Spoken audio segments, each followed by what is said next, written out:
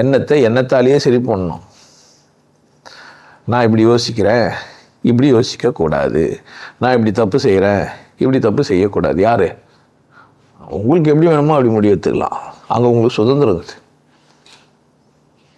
அங்கே என்ன இருக்குது? உங்களுக்கு சுதந்திரம் இருக்குது. ஆனால் உங்களுக்கு அந்த இடத்த தான் பிடிங்கிட்டாங்க.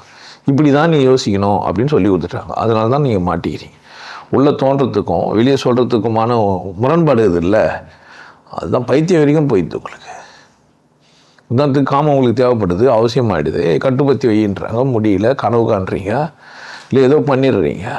உடனே இவனை அசிங்கமானவன் எல்லாம் சொல்கிறாங்க, போராடுறான்.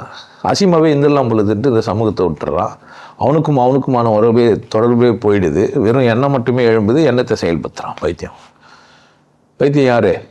எது எழும்புதோ அதை செய்யுது, அதான் பைத்தியம். ஞானியும் அதே தான், எது எழும்புதோ அதே செய்கிறார்.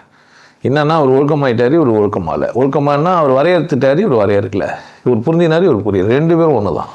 நான் அப்படியே பேசுகிறேன், பைத்தியமாக அப்படி தான் பேசுது.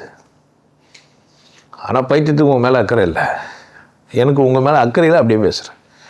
நீங்கள் ஒத்துக்கினாலும் ஒத்துக்க கேட்டீங்க, புரிஞ்சுக்கிட அப்படின்றேன். உங்களுக்கு டென்ஷன் ஆகுறீங்க. பைத்தியம் தான் நான், புரியுதா? என் பைத்தியகாரத்தனத்தை விட்டுணும்.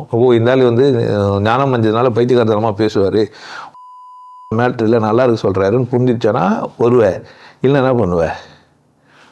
இவ்வளோதான் விஷயம், இவ்வளோதான். அதை நிறைய வாட்டி சொல்கிறேன். டேய், நான் எவ்வளோ நல்லா இருக்கு, நல்லா இருந்தேன், கேட்சே நல்லா இருக்கு, கேட்க மாட்டேன் உனக்குன்னு தான் எத்தனை வாட்டி சொல்லுங்கிறேன். அப்படி இதே தான் திரும்பி சொல்லுங்கிறான். புரியுதா? அப்போ அவன் எங்கே நிற்கிறான்? எண்ணத்தை சரி பண்ண தெரியல அவனுக்கு.